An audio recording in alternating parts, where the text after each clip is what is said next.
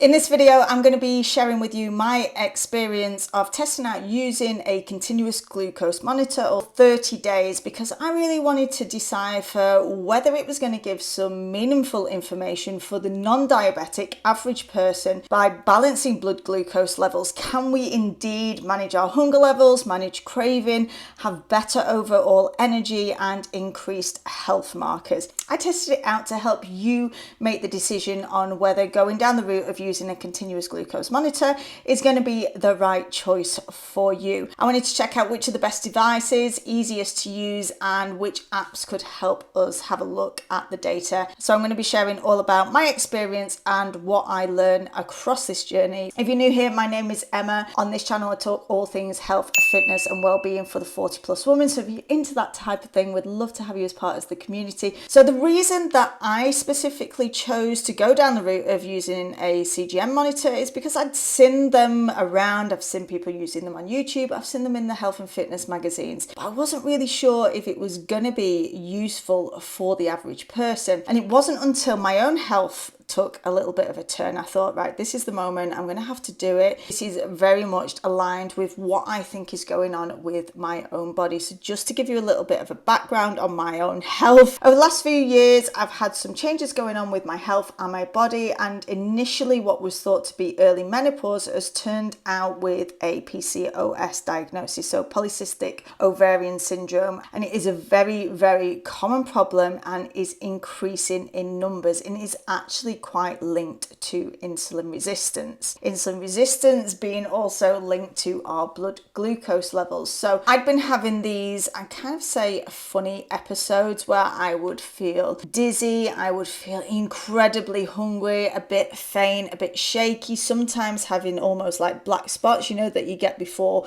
you have the onset of a migraine. And this was happening if I were to go for long periods of time without eating. And then it started happening after more intense workouts, and I was putting this feeling down to having what we would call low blood sugar levels. I was just feeling unwell, and the way that I really came to this conclusion is that if I had something to eat, usually something quite sugary, that I would feel okay again. And I really wanted to say, is this what's actually happening, or is there something else that's going on? And I have to preface this is not medical advice. Please, please, please always talk to a medical professional if you are having some issues. I have spoken with my doctor around this. I'm still undergoing tests and there are checks going on, but I wanted to know if I could empower myself by getting to know better my own blood glucose levels. What are the foods that work well for me? What are the habits that work well for me? So that if I can manage and balance this out on my own, then that is going to be a better solution. And we're always talking about preventative healthcare, and I think that is where a continuous glucose monitor comes into the mix. The thing with PCOS is that actually most women will come along some metabolic issues, and a recent study said that PCOS can also lead to insulin resistance in 50 to 80% of patients. That is a huge number of PCOS sufferers, and not just PCOS. Also, we're also seeing more insulin resistance in peri and menopausal women. So it's a significant amount of women that are struggling with insulin levels and some level of insulin resistance. So what is insulin resistance? Some symptoms of insulin resistant and not exclusive are increased thirst, urinating more, increased hunger levels, blurred vision and headaches. Now they are quite vague, and of course you could have those symptoms from an array of different things, but this is really where I think having a glucose monitor comes into its own strength. If you are experiencing some of those symptoms, and something as a simple use of a glucose monitor that you can check that out for yourself, take that data to go in and speak to your medical professional about, you are going to set yourself on the path to recovery, because insulin resistance can indeed be reduced and reversed with diet and lifestyle modifications. So when we're looking at what is insulin resistance in a healthy normal person, when you eat food, your food gets converted into glucose. Glucose then goes into the bloodstream.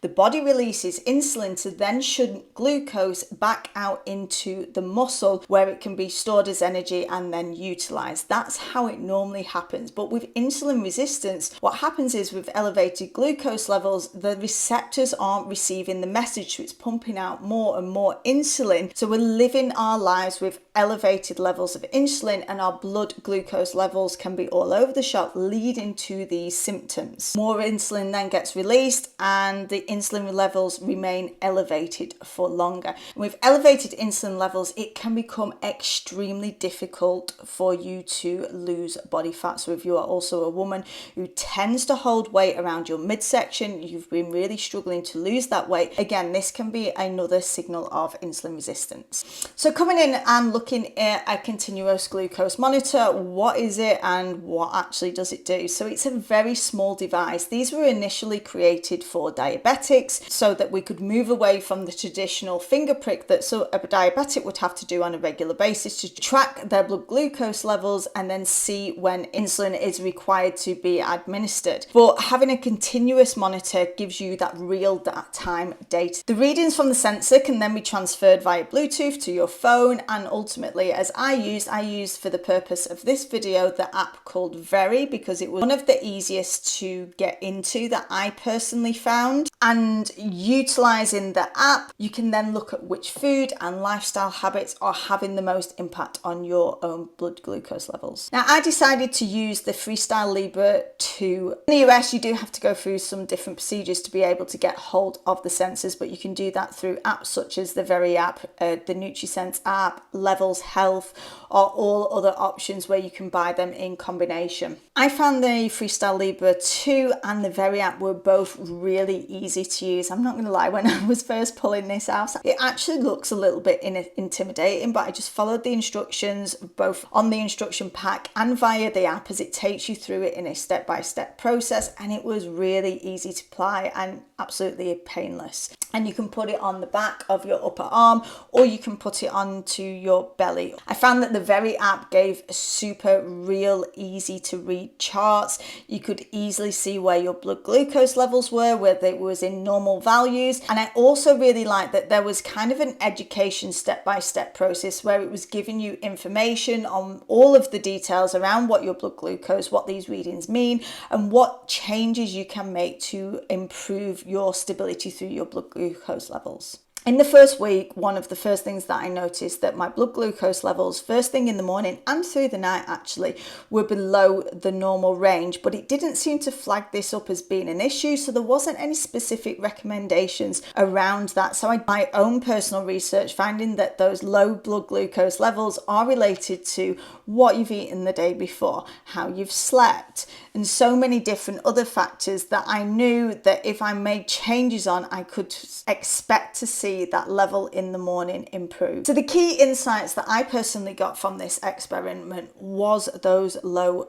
glucose mornings. I would get up at sometimes if my sleep was off, depending on what meal I'd had the night before, how I was exercising through the weeks, that when I would have those really low blood glucose mornings, I was absolutely ravenous in the morning. I think this is what a lot of people that might have insulin resistance or PCOS symptoms don't understand. Like, so often we are told to just be in a calorie deficit and do your exercise, but for many women, the challenge is really real. If you are trying to stay within a calorie deficit when you are ravenously hungry, and if you've not eaten in a while, that you're getting that drop in blood sugar that's making you feel physically ill unless you eat something, it can be incredibly hard to stay within that calorie deficit, especially if we're not eating the right foods, which I'm going to get into further. Because I notice I'm a person that, even as a health coach, I will never profess that I eat perfectly. A big part of the message that I try to teach to women is that we should allow ourselves some flexibility in our diet. However, I have found when there is too much flexibility that can really flip to the other side, and I can get into disempowering eating cycles and almost binges because of the way that my body feels when I'm not getting in the right foods and I'm not balancing my blood glucose levels right. Lesson number 2 is those spikes and crashes are really real. Like, they are real. real and they are felt physiologically within the body. When you're not eating the perfect diet, as we say, if you're eating too much sugar in your diet, too many processed simple carbohydrates, it can lead you into that huge spike in your blood glucose levels, which then leads to a severe crash. And that's when we start to really feel the symptoms of those elevated spikes and crashes that affect how we feel physiologically, not just in terms of your hunger, but your cravings, but also your energy levels. This was a huge thing. I noticed on the days when I was able to keep my blood glucose levels pretty stable, my energy levels were significantly different. Like that afternoon crashes where I would normally not be able to do anything, they weren't as intense on the days when I was keeping my blood glucose levels more stable. Big lesson number 3 is sleep matters. I will say this until I am blue in the face. For midlife women, it should be the number 1 health protocol that you are working on. I did a full video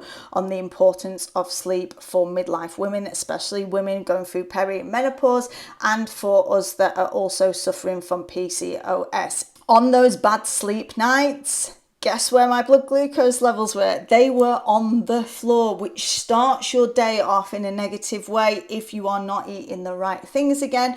So getting up and feeling instantly hungry and just as though you can't satisfy those cravings like all day long. Sleep matters and it's going to affect your blood glucose levels. So the other thing that I noticed with this is if you are going to go down the route of having one of these, especially as I did it in the summertime, if you have it on show on your arm, people are going to ask. It became a huge talking point with a lot of people, and although I didn't mind talking about it, everybody wants to share their medical history with strangers, so just be aware that if you wear it on your arm, people are going to notice. And it was actually on this second 2-week block that I was really starting to experiment a little bit more. The first 2 weeks was really looking at the baseline, seeing where I was, and then the second 2 weeks I wanted to implement more strategies and tools that I'd learned about previously when I did my Glucose Goddess review. The Glucose Goddess review, which I'll link down in the description because it was quite a while ago when I did that, but there were some key strategies that she talks about that I actually quite enjoyed implementing into my everyday life. Some of them take a little bit more intention, but as much as I can, I try to include some of these. So this includes eating in order, and I actually put this into test as I went to work one day, stupidly went without any food, and at work they just had these pan au chocolats on the side, and one week I'd gone in and I had the pan au chocolat just on its own. What do we think? Pan au chocolat, it's pastry, it's chocolate.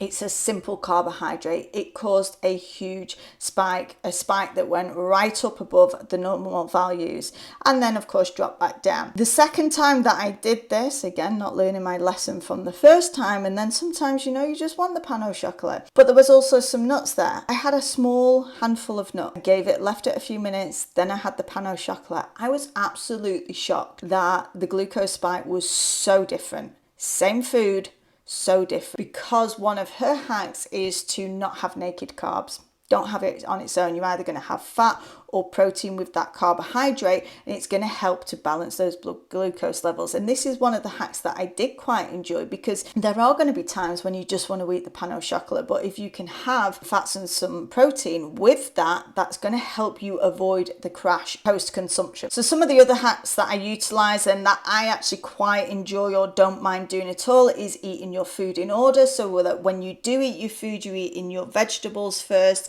then you're eating your proteins and fats, and then you're having your carbohydrates last. So eating the food in order, it's one of those. There are also going to be times where you're like, stuff it, I just want to eat all of this food at the same time. You have to think about how you balance these hacks into your lifestyle in a way that works for you. Another one that I really enjoy is getting up and moving after you have eaten. Again, this is shown on my own tracking to have an impact, and she talks about in her book, like, go and do 10 or 20 squats after you've just eaten And to me, that feels like, oh, I've eaten some food, now I've burned it off kind of mentality, when it's not really about that. It's about being able to balance your blood glucose levels. But what I do find that is a more supportive way to frame it in my lifestyle is, oh, just get up and go and do a load of washing, or put the washing away, doing the things, the chores that I actually don't like to do. With. So if I frame them as this is helping me balance my blood glucose levels, it's more of a motivation for me to get up and to do that. So the glucose goddess hacks definitely do work. I also include apple cider vinegar or some type of vinegar if I'm having a salad.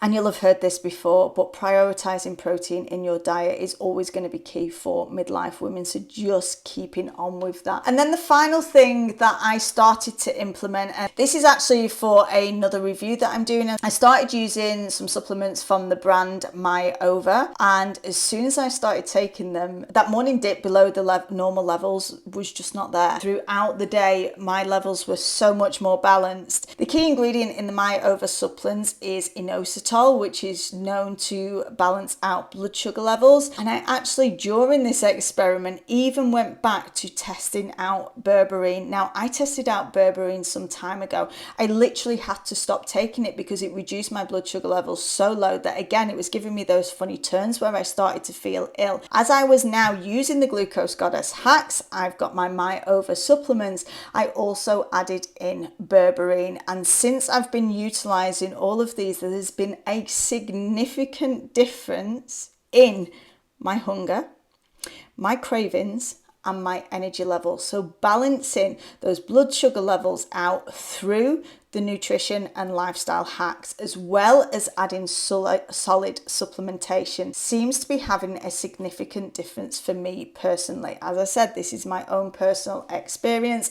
I'm finding that I'm not having that constant hunger and need to eat all the time, which can be so common for PCOS and anybody with insulin resistance. So just being able to find that balance feels incredibly empowering. I haven't had any significant weight loss. However, I have been working on my strength training at the moment, so that is going to impact the weight. I do, however, feel that there might be starting to see some fat loss.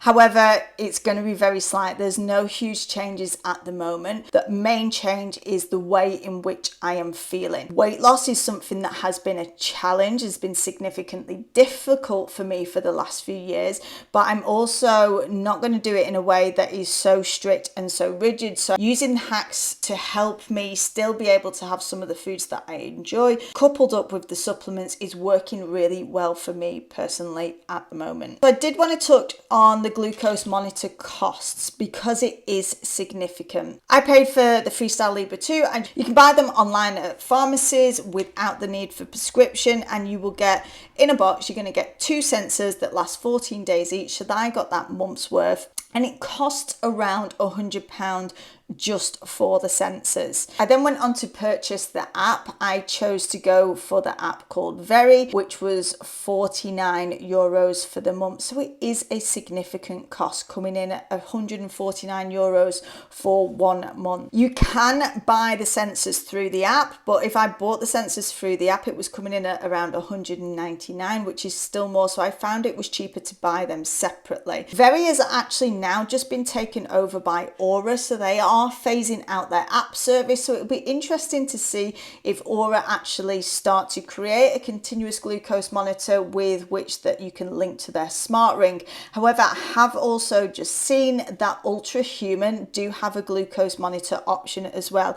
I've recently got a Ultra Human smart ring, so it would be very, very interesting to see how that data linked with my smart ring. If I'd have known at the time, it definitely would have been the route that I would have gone down. But your 4 weeks with the Ultra Human comes in at €189. In the future, maybe I'll revisit and do this again and see how things have changed. So is getting a glucose monitor right for you? Using a continuous glucose monitor was a really valuable tool for me. It kind of confirmed a lot of the things that I already knew. But just seeing the cold, hard data really empowers the decision-making process, because I don't know about you, there are many times I'm going to let the willpower take over, but just knowing, as I've seen on that graph, how that is going to make me feel afterwards, and knowing that if I make a different choice, whether it is implementing one of the simple hacks, which means that you still can have some of the things that you enjoy in your life without having to give them up, was actually really empowering for me. It was really simple to use. I love the data. I love the feedback. Even scanning in some of the meals was really easy to do on the very app, because you could just take a picture of it and the AI recognized what the food was, so that you weren't having to constantly type in all of the data. I found that that was really useful. Having said that, I don't think everybody needs it. I think if you are a generally healthy person, I'm not sure how much value there's going to be in this data. Of course, yes, managing energy levels, managing cravings, managing hunger.